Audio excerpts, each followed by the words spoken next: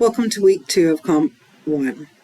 So today we're going to talk about grammar, the essay structure, and the writing process. We'll also go over the outline. I would like for you to follow along with me by looking up some of the worksheets as I'm talking about this information.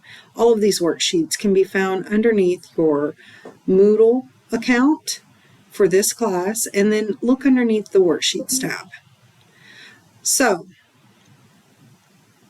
I would like to first talk about sentence structures. This will be under the Grammar-Sentence Structures worksheet. So for sentence structures, it's important mostly to make sure that you understand there are different types of sentences, but sentences are formed from different types of clauses. So you can either have an independent clause, which can stand alone as a sentence all by itself, or you have what's called a dependent clause, which sometimes gets misinterpreted as a independent clause, and that's when we have a fragment. But those dependent clauses almost always have a signifier or a word at the beginning that will allow us to know that this is about to be a clause and not an independent one. It's going to be a dependent one. So, for instance, if I said, when we were in Toronto, that would be a dependent clause. But if I took off the word when and just said, we were in Toronto, that's an independent clause. The only difference is the word when. When the word when is attached to that, it's a dependent clause because that does not make sense without an independent clause being attached to it. So that's one way that we can avoid writing fragments, because honestly, at the point that you guys are at, any of the mistakes that I'm seeing for fragments, it almost always is a dependent clause, meaning there's a subject, there's a verb, so that I can see how you got tripped up, but at the same time, it's that signifier or that word at the beginning that lets me know that's actually a dependent clause and not an independent clause, which means that it would have to have an independent clause to be a full sentence. So I'm always looking for fragments, but I'm also looking for run-on sentences. A run-on sentence is when you're trying to add two dependent clauses together to form a larger sentence, and those sentences are almost always joined by a comma plus a conjunction, but there are other ways you can join them. For instance, we could use just a semicolon, or we could use semicolon, transitional word, and then a comma. So when I know that I have a run-on sentence, it's because I can see two independent clauses, but I do not see the correct punctuation to go with it, and sometimes I don't see even the correct conjunction. For instance, Lily traveled to Europe last summer. Dan found a job and stayed in his hometown. Those are two independent clauses. If there is no punctuation between those, it's automatically a run-on sentence. But if I said, Lily traveled to Europe last summer, semicolon, Dan found a job and stayed in his hometown, now I have a complete sentence because I can join those two sentences with just a semicolon. Or if I had said, Lily traveled to Europe last summer, comma, but Dan found a job and stayed in his hometown. That would be joining two independent clauses with a conjunction. But if I use a conjunction, I still have to put that comma, because if I just wrote Lily traveled to Europe last summer, but Dan found a job and stayed in his hometown without putting a comma before the but, then that's also considered a run-on sentence. The last way that I can join two independent clauses to make a complete sentence is by using a transitional word. But anytime I use a transitional word, I must have a semicolon before the transitional word and then a comma after. Some transitional words you may be familiar with are words like however, otherwise, moreover, furthermore. So anytime I'm using that and putting it to join two independent clauses, I have to use semicolon, then the transitional word, comma, in between the two independent clauses. For example, I could say Lily traveled to Europe last summer, semicolon, however, comma, Dan found a job and stayed in his hometown. So I would like for you to go ahead and look over that worksheet for sentence structures. Make sure you read it thoroughly and understand how to create a complete sentence. When it comes to your quiz that is due tomorrow at midnight, I want you to keep in mind that and this quiz is completely on grammar. I'm not going to ask you to recite the rules to me or definitions. What I'm going to want you to do is to apply what I'm telling you about the grammar to your sentences. In other words, I will give a sentence and then say, write this sentence the correct way. Okay, so let's look at the next worksheet. That's going to be your grammar subject-verb agreement. If you've got this pulled up, you can see that there are a lot of rules. There are 13. One thing that kind of makes it a little bit better is most of these rules are going to be applicable for your pronoun-noun agreement worksheet. So if you're going through this worksheet, which you will do separately on your own, because I'm not going to sit here and read a worksheet to you, what I want you to keep in mind is subject-verb agreement is mostly about making sure your subject agrees with your verb. Sometimes it's very obvious. For instance, if I said,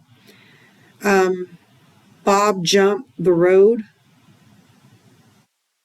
and that makes no sense because Bob is singular and it needs a singular verb, but jump does not end in S, therefore it's a plural verb. By the way, I know that's tricky. We are taught anything plural has to have an S, but that's actually subjects that are plural have to have an S. Nouns that are plural have to have an S. But when we're talking about verbs, if a verb is plural, it does not have an S. And if it's singular, then it does have an S. So I know that's a little tricky. That's one of the things that you got to keep in mind when reading the rules of subject-verb agreement, because when they're talking about a plural verb, they mean a verb with no S. If they're talking about a singular verb, they're talking about a verb with an S. So back to what I was saying. Bob jump makes no sense, but Bob jumps makes sense, right? We can hear that because we speak English and we know that's the correct way. But these rules are for all those weird special occasions where sometimes it really wouldn't sound weird either way. So make sure you go over that. This is something that I notice a lot with freshman comp writers, is the lack of knowledge when it comes to your rules of subject-verb agreement, but also it's never the easy ones. It's always the more difficult ones that are kind of, they sound okay either way, so how do we know which one it was? Let's look at the next one, verb tenses. So on this worksheet, it explains to you the different tenses of verbs, and there are a lot of them. But most of us know how to use the correct tense. What I want you to focus on is that little line at the bottom of the verb tense grammar sheet. It says verb tense shift occurs when a writer switches between tenses. Do not shift between tenses. In academic writing, we do not want to switch between our tenses. So if I said something along the lines of, I love to swim, that's present tense. If I said, I swam in high school, that's past tense. And then if I said, I will swim tomorrow, that's future. I can't have all three of those sentences in the same paper for an academic paper because I've changed my tense every time. Instead, in any academic paper, we want all of our tenses to be present. So let's look at the grammar noun pronoun agreement. Again, it's a long worksheet. It's got 2 pages. I'm not going to read them all. But I want to remind you, a noun pronoun agreement is simply talking about when we get to use a pronoun, we have to make sure that it's agreeing with the noun that it takes the place of. You may see the word antecedent on this worksheet. Antecedent is just a fancy word for the noun that the pronoun's taking the place of. It's the original noun. So make sure you go over these pronoun-noun agreements and understand how those work. The one thing I do want to mention is during this time period in history, we want to make sure that we are being conscious and respectful of people from all walks of life. English is not a language that absolutely cannot change. For instance, there are people who do not identify as the gender that they were born with, or maybe they don't identify with either gender. We have to be respectful of whatever their wishes are. If I told you my name was Bob, then you would call me Bob, right? So if someone tells you that they want to use female pronouns, male pronouns, or plural pronouns such as they and them, then that's what you do. It's a respect issue. It's that simple. These pronoun-noun agreements are for basically every other situation where you're not explicitly told to use nouns other than the ones that you would assume are being used. So let's talk about the grammar comma usage. This is a very common mistake with new writers. And honestly, it's a common mistake with all writers. Learning when and when not to use a comma is difficult and tricky. But I've listed all of the comma rules that I can think of on the front and back of one sheet. So make sure that you go over those rules. Make sure that you're familiar with them. And as you're taking the quiz, you can pull these worksheets up or have them printed out in front of you. It is not important to me that you have a memorization of all these rules. It's important to me that you know how to put them into practice so that your writing begins to reflect something that's coherent and easy to understand for the reader. Now, I also want to mention one of your resources listed on your resources tab, Grammarly. If you have not heard of Grammarly or have not used Grammarly, I would like for you to sign up for the free version. There is also a paid version, but that's not required. But I do want you to sign up for the free version because Grammarly allows you to copy and paste your entire document into their website, and it will give you feedback on all your grammar mistakes.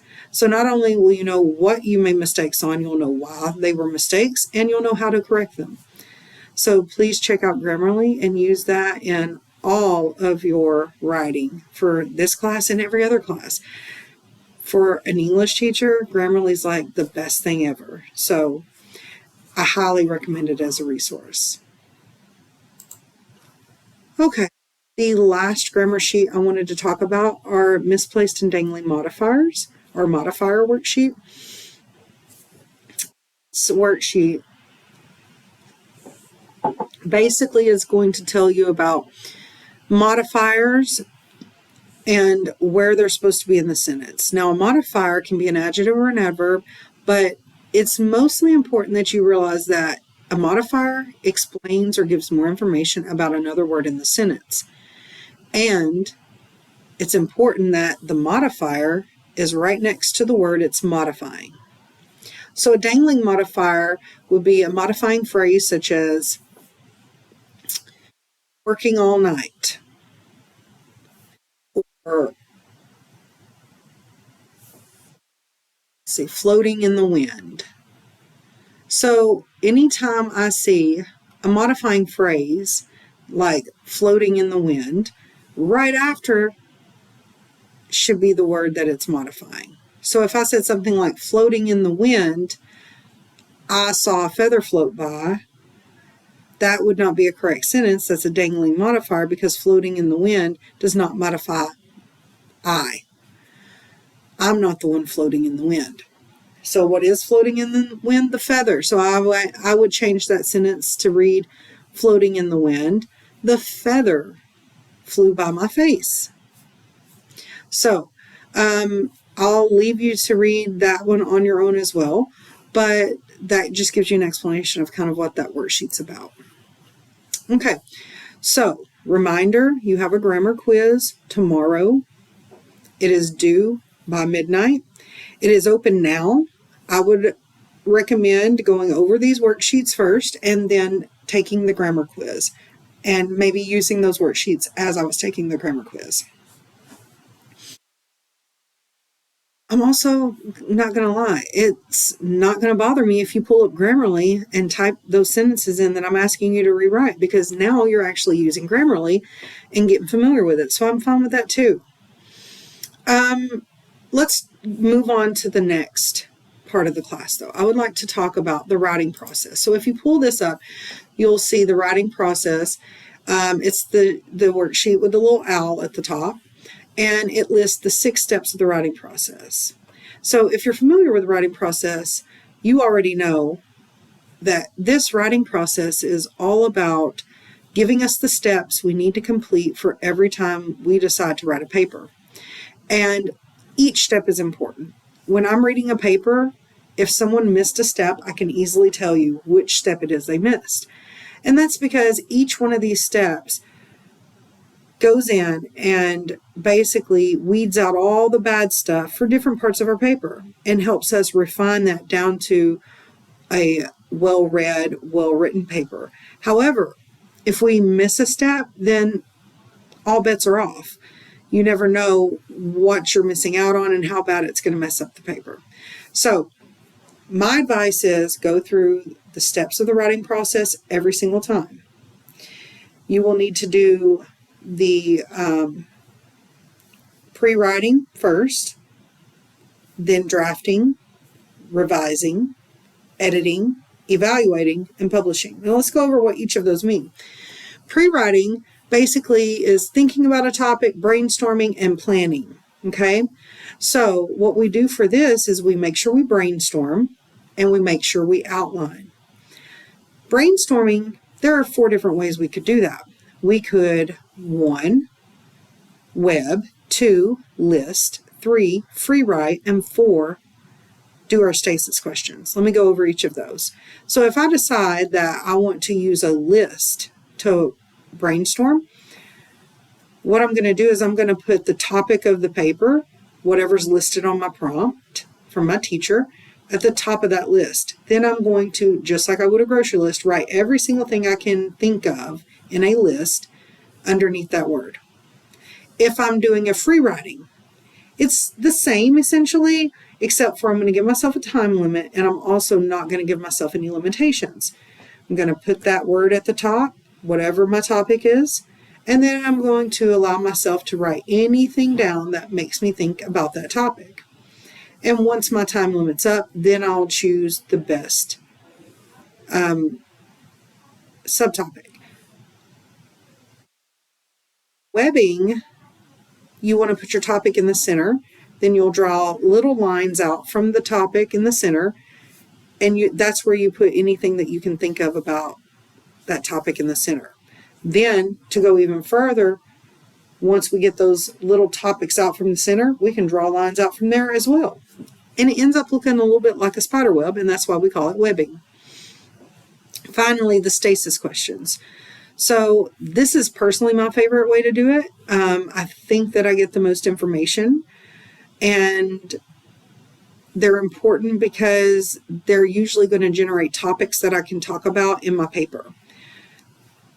Stasis questions are those questions like who, what, where, when, how, why.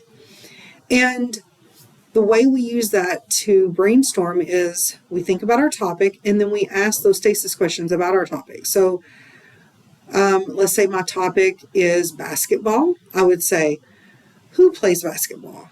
Where is it played? When is it played? When was basketball invented? Who invented basketball? Where was it invented?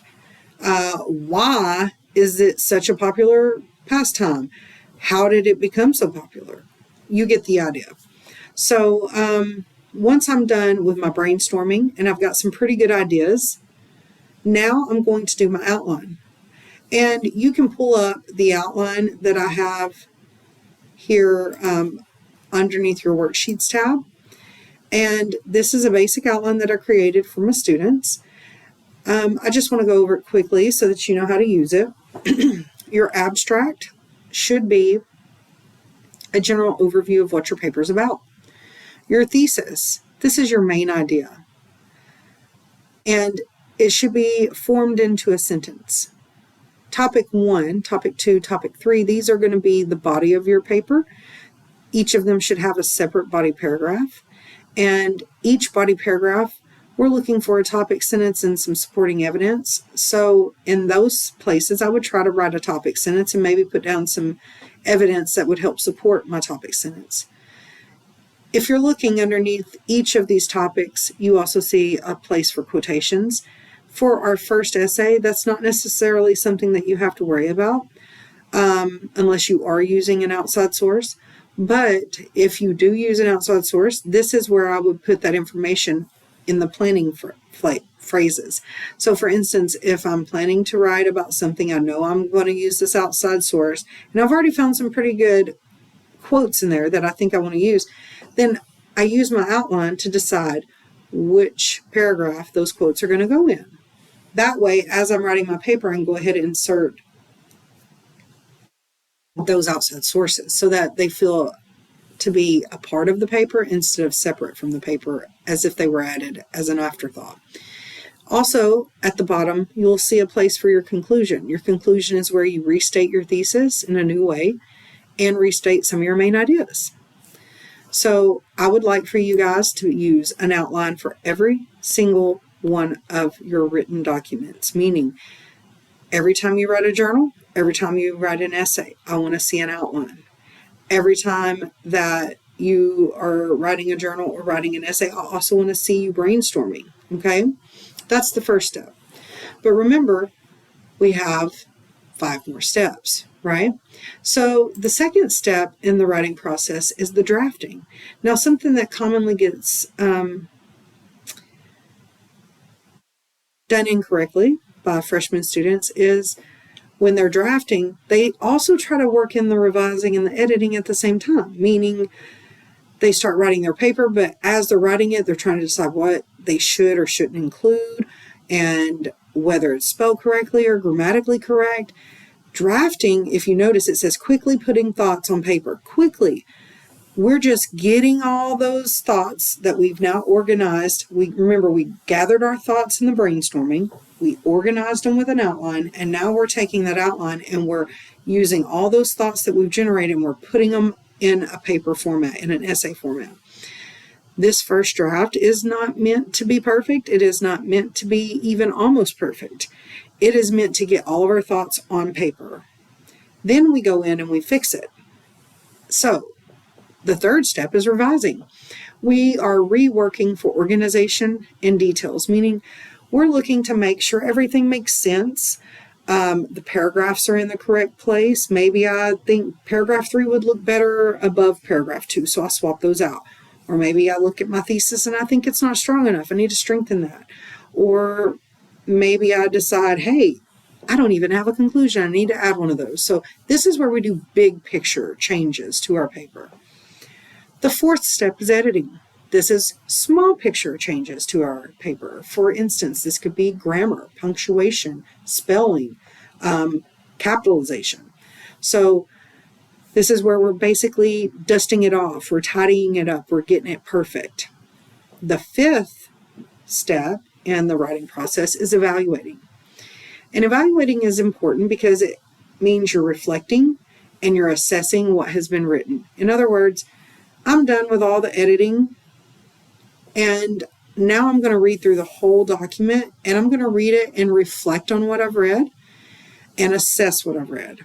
This is where I may decide, I really don't like the way that came off, or it doesn't really sound right to me, or, this is basically one final step that we're just going to make sure everything sounds and looks perfect. And one good way to do this is to get a peer review or to find someone who maybe isn't even a peer, but they can read. Have them read it out loud to you and you listen for your mistakes. Often you can also use your phone as a recorder, read your paper out loud to yourself, and then go back and listen to it to see if you hear yourself pausing or stumbling over sentences. Those are things you might want to go back and look at in your paper and see if maybe they're too wordy or maybe they're confusing.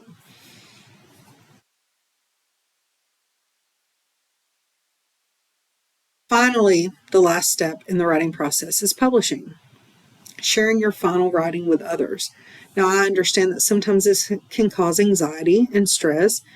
We've spent all this time and put all this effort into a paper, and now we're expected to let someone else look at it, and not only look at it, but criticize it. I want you to keep in mind that this is a safe place. I am always happy to read, and reading my students' papers are one of my greatest joys, mostly because throughout the semester I get to see your progression. I get to see you utilizing all those things that I've taught you all semester, and so I see your paper improving, and so that's fun for me. I love that. I do not want you to feel judged. Obviously, I have to correct you, but that's always a good thing because then you can improve your writing.